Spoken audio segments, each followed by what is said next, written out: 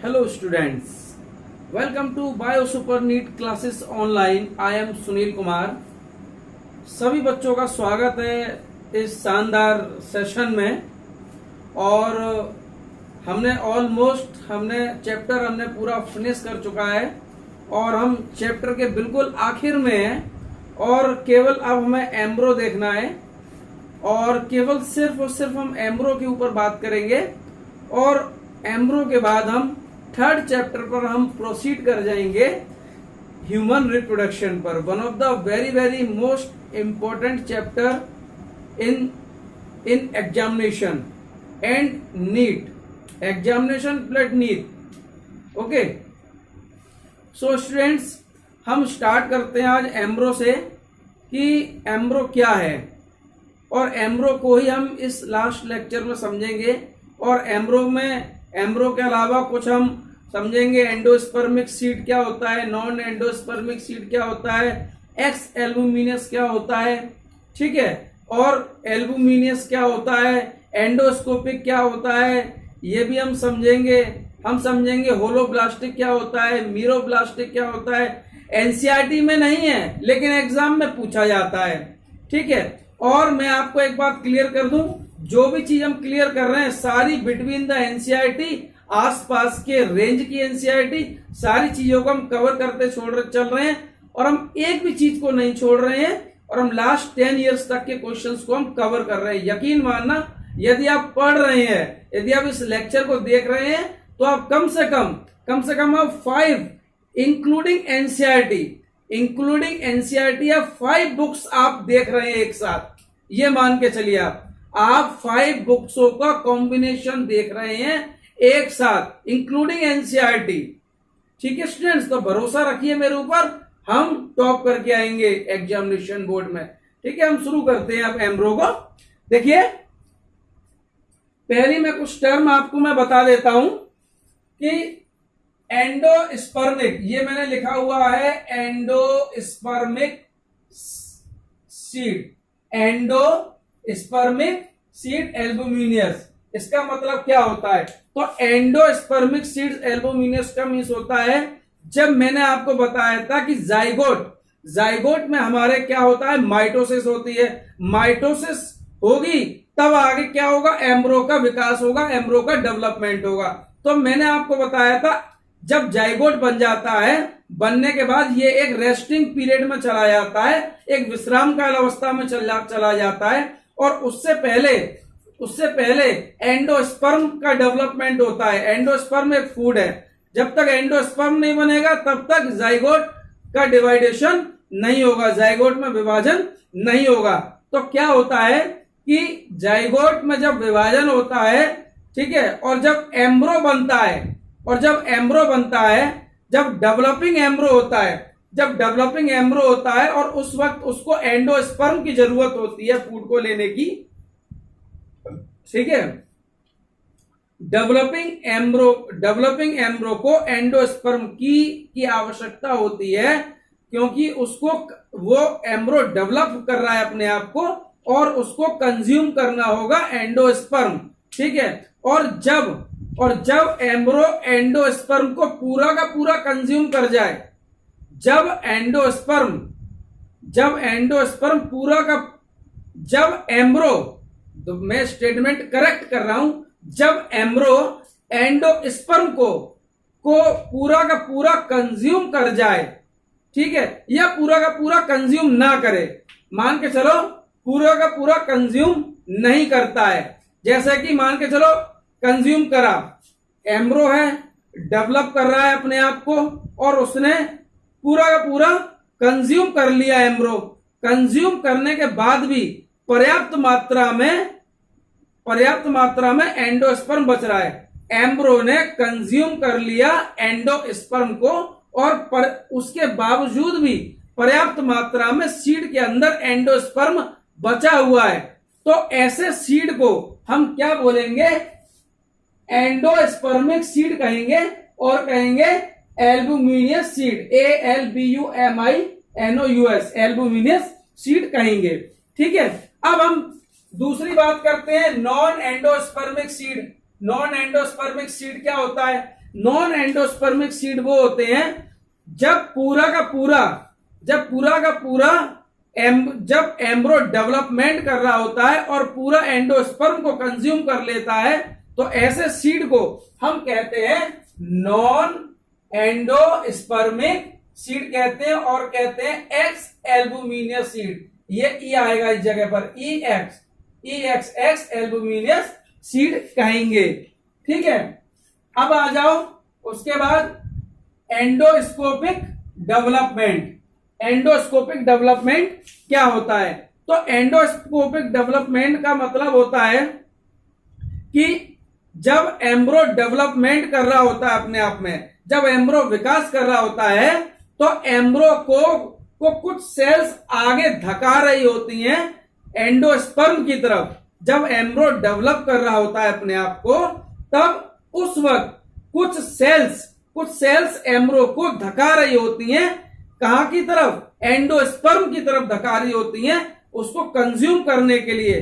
तो ऐसे इस प्रकार के डेवलपमेंट को हम क्या बोलते हैं? हम बोलते हैं एंडोस्कोपिक डेवलपमेंट। ये एंडोस्कोपिक डेवलपमेंट। और एंडोस्पर्म और एम्ब्रो को कौन धका रहा होता है? सस्पेंसर सेल्स होती हैं, वो आगे धकाती हैं। ठीक है, ये सारी बातें आप समझ गए होंगे। अब हम बात करते हैं आगे मीरोब्लास्टिक डेवलपमेंट की बात करते हैं। मीरोब्लास्टिक डेवलपमेंट, इसकी बात करते हैं हम। मीरोब्लास्टिक डेवलपमेंट क्या होता है?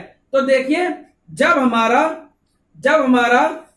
जाइगोट से एम्ब्रो बनता है, ध्यान से सुनना, मीरोब्लास्टिक डेवलपमेंट एग्जाम में पूछा जाता है। मीरोब्लास्टिक और होलोब्लास्टिक याद रखना, इसलिए मेरी बात को गौर से सुनना। देखिए, जब एम्ब्रो से जब प्रो एम्ब्रो की कंडीशन होती है, प्रो एम्ब्रो से भी पहले बनता है जाइगोट। जाइगोट में माइटोसिस हुई, और माइटोसिस होने के बाद उसमें डिवीजन हुआ लगातार, उसके बाद प्रो एम्ब्रो की कंडीशन बनी। तो जब प्रो एम्ब्रो से एम्ब्रो का डेवलपमेंट हो रहा होता है, उस वक्त कुछ सेल्स क्या करती हैं? उस वक्त कुछ सेल्स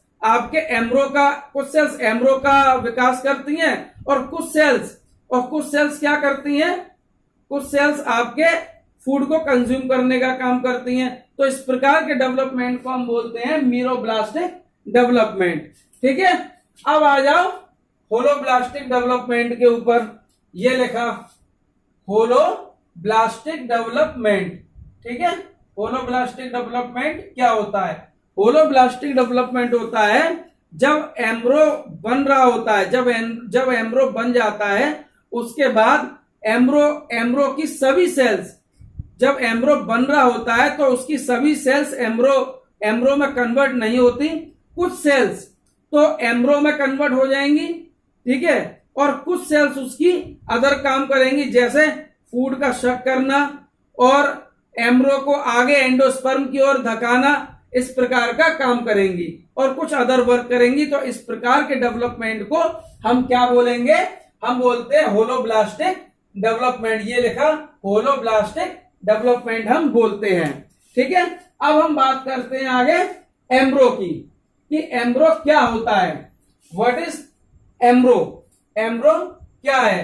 तो देखिए, डेवलपमेंट ऑफ एम्ब्रो का विकास, एम्ब्रो के विकास को हम एम्ब्रोजनी कहते हैं। यदि कोई पूछे एम्ब्रोजनी क्या होता है, भाई मुझे एम्ब्रोजनी बताओ क्या होता है। एम्ब्रोजनी आप सिंपल लैंग्वेज में आपको बोलना है, छोटे शब्दों में बिल्कुल सटीक आंसर देना है कि development of embryo is called embryogeny. What is embryogeny? What is embryogeny? Development of embryo is called embryogeny. Simple and sweet answer है। ठीक है, उसके बाद अब हम आगे बात करते हैं। देखिए, अब हम आगे बात करेंगे। आगे आपकी टर्म दी हुई है एम्ब्रोनोजेनेसिस। एम्ब्रोनोजेनेसिस, एक मिनट स्टूडेंट्स, कुछ गड़बड़ हो रहा है। कितने मिनट हो गए? चलो कोई बात नहीं, अभी चल जाएगा। एक मिनट स्टूडेंट्स, चलो कोई बात नहीं, रहने दो ऐसे ही। देखिए अब हम बात करते हैं एम्ब्रोनोजेनेसिस की। हम बात करते हैं एम्ब्रोनोजेनेसिस क्या होता है। तो देखिए जब जाइगोट का विभाजन होता है और जाइगोट के डिवाइडेशन के बाद क्या बनता है, आपका बनेगा आगे चल के एम्ब्रो। ठीक है, जब जाइगोट से सीधे जब एम्ब्रो जाइगोट में विभाजन होगा, माइटोसिस होगी, उससे एम्ब्रो बनेगा, डेवलपिंग में एम्ब्रो बनेगा। क्या बनेगा, डेवलपिंग एम्ब्रो। ठीक है, development of mature एम्ब्रो, development of mature एम्ब्रो from develop of zygote, zygote से डेवलपमेंट ऑफ मैच्योर एम्ब्रो बनेगा। ठीक है, उसको हम बोलते हैं एम्ब्रोनोजेनेसिस, EMBRYOGENESIS, एम्ब्रोनोजेनेसिस उसको हम कहते हैं। इस बात को याद रखिए। ठीक है, अब मैं आपसे मैं बात करता हूं। ठीक है, डाइकोट्स की मैं आपसे बात करता हूं। तो इस प्रकार का जो डेवलपमेंट है, इस प्रकार का जो डाइकोट में नॉर्मल टाइप के डाइकोट्स होते हैं, कुछ नॉर्मल टाइप के जाइगोट्स होते हैं। ठीक है, कुछ नॉर्मल टाइप के डाइकोट्स होते हैं।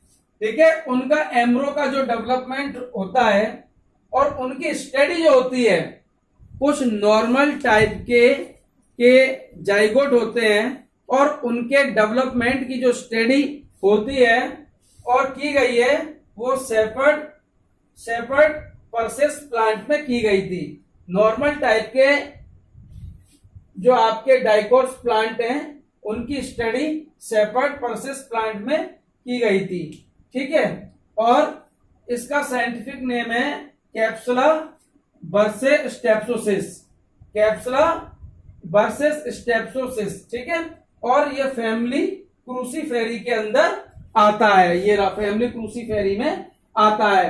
तो हम इसको क्या बोलते हैं, क्रूसीफर बोलते हैं, और बोलते हैं ओनाग्रेड बोलते हैं, क्रूसीफर ओनाग्रेड भी बोलते हैं, टाइप ऑफ एम्ब्रो डेवलपमेंट। इस प्रकार के, और क्या बोलेंगे, इस प्रकार के एम्ब्रो के डेवलपमेंट को कुछ गड़बड़ हो रहा है स्टूडेंट्स, एक मिनट स्टूडेंट्स, एक minute please, sorry for inconvenience.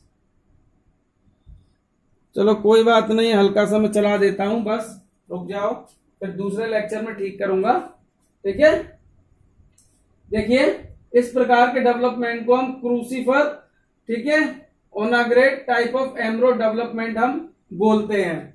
ठीक है, अब नेक्स्ट है पॉइंट, दिस डेवलपमेंट ऑफ एम्ब्रो, ठीक है, ऑफ एंडोस्कोपिक मैं आपको बता चुका हूं। ठीक है, अभी एंडोस्कोपिक क्या होता है मैंने बताया है अभी आपको। ठीक है, the first division of zygote. अब हम ये देखेंगे अब हम ये देखेंगे कि एम्ब्रो कैसे बनता है। नेक्स्ट लेक्चर में हम एम्ब्रो देखेंगे कि एम्ब्रो कैसे बनता है। ठीक है, कहीं जाइए नहीं। ठीक है, बने रहिए स्क्रीन पर। अभी आता हूं मैं 5 मिनट्स में।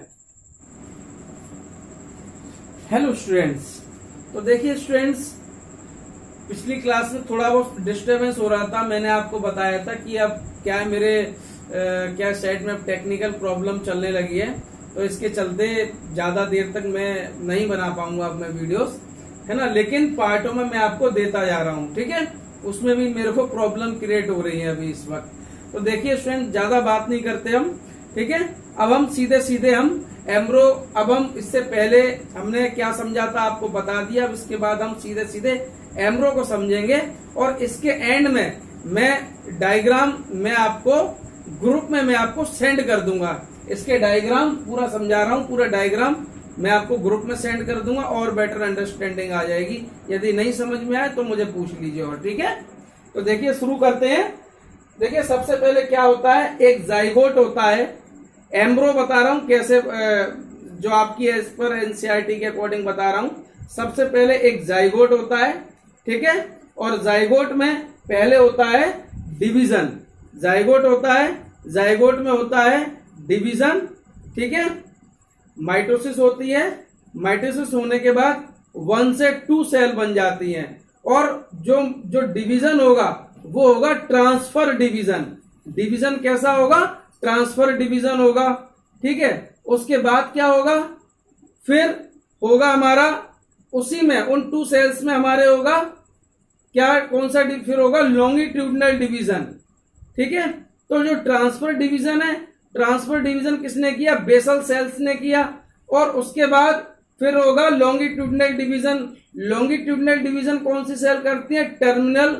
टर्मिनल सेल्स करती हैं। सेल्सों को ध्यान रखना। ठीक है, टर्मिनल सेल करेंगी। फिर उसके बाद इन डिविजन्स के बाद क्या होगा? फिर आपके बेसल सेल और टर्मिनल सेल ये क्या करेंगी? सस्पेंसर सेल बनाती हैं। ठीक है, और ये बनाती है सस्पेंसर सेल। अब मैं दोबारा कहानी वहीं से शुरू कर रहा हूं, लॉन्गिट्यूडनल वाली बात से। लॉन्गिट्यूडनल डिवीजन के बाद होता है पेरीक्लिनिकल डिवीजन। पेरीक्लिनिकल डिवीजन का मीन्स होता है गोल डिवीजन, मतलब राउंडेड डिवीजन का होना। ठीक है, राउंडेड डिवीजन का होना। ठीक है, फिर उसके बाद फिर पेरीक्लिनिकल डिवीजन के बाद फिर एपिकल सेल्स में डिवीजन होता है। एपिकल सेल और टर्मिनल सेल दोनों एक ही बात होती है। ठीक है, जो एपिकल सेल और टर्मिनल सेल दोनों एक ही बात होती है। फिर इनमें डिवीजन होगा। इनके डिवीजन के बाद क्या होगा? फिर बनेगा हमारा 16 सेल ग्लोबुलर एम्ब्रो बनेगा। फिर हमारा बनेगा 16 सेल ग्लोबुलर एम्ब्रो बनेगा। और 16 सेल ग्लोबुलर एम्ब्रो बने के बाद वो आगे ग्रो करेगा। ग्रो करने के बाद वो बनेगा हार्ट शेप एम्ब्रो। फिर वो हार्ट शेप एम्ब्रो ग्रो करेगा। फिर उसके बाद क्या बनेगा? हॉर्स शेप एम्ब्रो, जो हमारी एनसीईआरटी में दिया हुआ है। सुबह में मॉर्निंग टाइम में मैं डायग्राम भी मैं सेंड कर दूंगा। अब फटाफट एक बार देख लेते हैं यहां पर। ठीक है, देखिए, the first division of zygote. Zygote में फर्स्ट डिवीजन होता है, उसको हम ट्रांसफर डिवीजन कहते हैं। Which produce PRODUCE which produce a basal cell. ठीक है, ट्रांसफर डिवीजन कौन करेगा? बेसल सेल करेंगी टुवर्ड्स द माइक्रोपाइल की तरफ। ठीक है, और टर्मिनल सेल डिवीजन का, और टर्मिनल सेल कहां करती है डिवीजन? चार्जल एंड की तरफ। ठीक है, पहला पॉइंट। फिर the basal cell divide by transfer division. जो बेसल सेल है वो डिवाइड करती है और ट्रांसफर डिवीजन होता है। एंड द टर्मिनल सेल क्या करेगी? डिवाइड करेगी। और कैसा डिवीजन करेगी? लॉन्गिट्यूडनल डिवीजन करेगी, जिसके परिणाम स्वरूप 4 सेल एम्ब्रो बनेगा। 4 सेल एम्ब्रो बनेगा। और कैसा एम्ब्रो बनेगा? टी शेप में एम्ब्रो बनेगा। 4 सेल एम्ब्रो बनेगा और टी शेप में एम्ब्रो हमारा बनेगा। ठीक है, मैं फिर से कह रहा हूं, डायग्राम सवेरे मैं आपको भेज दूंगा ग्रुप में। ठीक है, और जब टी शेप एम्ब्रो बन जाएगा हमारा, और उस टी शेप एम्ब्रो को हम क्या बोलेंगे? प्रो एम्ब्रो। क्या बोलेंगे? ये लिखा है PROEMBRYO, प्रो एम्ब्रो बोलेंगे। जो एम्ब्रो से पहले की अवस्था होती है उसको हम प्रो एम्ब्रो कहते हैं। ठीक है, अब the two basal cell divide by transfer division. 2 basal cell divide करी थी हमारी। ठीक है, ट्रांसफर डिवीजन हुआ था एंड, और वही सेल दोबारा डिवाइड करके 6 से लेके 10 सस्पेंसर सेल्स बनाती हैं। क्या करती हैं? बेसल सेल और टर्मिनल सेल दोबारा डिवाइड करके 6 से लेके 10 क्या बनाएंगी? हमारी सस्पेंसर सेल्स बनाएंगी। उसके बाद the uppermost of the suspensor. अब ऊपर की तरफ, अब समझते चलो, ऊपर की तरफ क्या होता है? सस्पेंसर सेल्स होती हैं और वेस्कुलर सेल्स होती हैं, और टुवर्ड्स सेल इज कॉल्ड, और नीचे की तरफ TOWERD,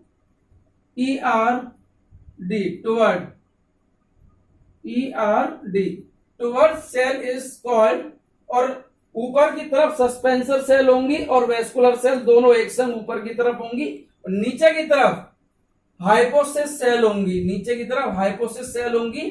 ठीक है, ये में माइक्रोपाइल और चार्जल एंड की बात चल रही है। आपको पता है ऊपर क्या होगा और नीचे क्या होगा, दिमाग लगा लेना खुद ही अब, ठीक है। इतने समझदार हो गए हो और मैंने खूब समझा दिया है। हाइपोसिस सेल नीचे की तरफ होंगी और ऊपर की तरफ क्या होगी, सस्पेंसर सेल और वेस्कुलर सेल होगी, ठीक है। और जो हाइपोसिस सेल है, ये हाइपोसिस सेल क्या करती है, रेडिकल बनाती है और रूट कैप बनाती है। अब देखिए हमारे दो तरह के स्ट्रक्चर होते हैं, एक होता है पिल्म्यूल, PLUMUL, एक होता है पिल्म्यूल, एक होता है रेडिकल, RADICLE, रेडिकल। दो स्ट्रक्चर होते हैं, पिल्म्यूल और रेडिकल। पिल्म्यूल तो हमारा सूट एपेक्स बनाता है, सूट एपेक्स ऊपर का हिस्सा होता है, रूट एपेक्स, और सूट एपेक्स ऊपर का हिस्सा होता है, और नीचे का जो हिस्सा होता है हमारा, उस नीचे के हिस्से को कौन बनाता है, रूट को कौन बनाता है, रेडिकल। रेडिकल रूट को बनाता है और पिल्म्यूल सूट को बनाता है, ठीक है। पॉइंट क्लियर हो गया आपका। अब उसके बाद हम बोलते हैं the apical cell first division, ठीक है। जो एपिकल सेल में जो फर्स्ट डिवीजन होगा वो लॉन्गिट्यूडनल डिवीजन होगा। एपिकल सेल को ही हम टर्मिनल सेल बोलते हैं, ठीक है। Longitudinal division at right side, ठीक है, angle to the first one, and then by transfer and periclinal division. Periclinal division का मीन्स होता है राउंडेड डिवीजन होना, यानी कि लॉन्गिट्यूडनल डिवीजन के बाद फिर एक राउंडेड डिवीजन होगा गोल, उसको हम पेरिक्लिनिकल डिवीजन हम बोलते हैं, ठीक है। जिसके परिणाम स्वरूप, ठीक है, ग्लोबुलर एम्ब्रो बनता है, ग्लोबुलर एम्ब्रो बिकम, ठीक है, ग्लोबुलर एम्ब्रो बनता है।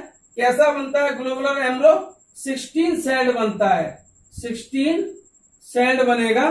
ग्लोबुलर एम्ब्रो में 16 सेल्स होंगी, 16 सेल ग्लोबुलर एम्ब्रो बनेगा, ठीक है। फिर उसके बाद फिर वो ग्लोबुलर एम्ब्रो क्या करेगा, मैच्योर होगा, ग्रो करेगा, उसके बाद बनेगा हार्ट शेप, ठीक है।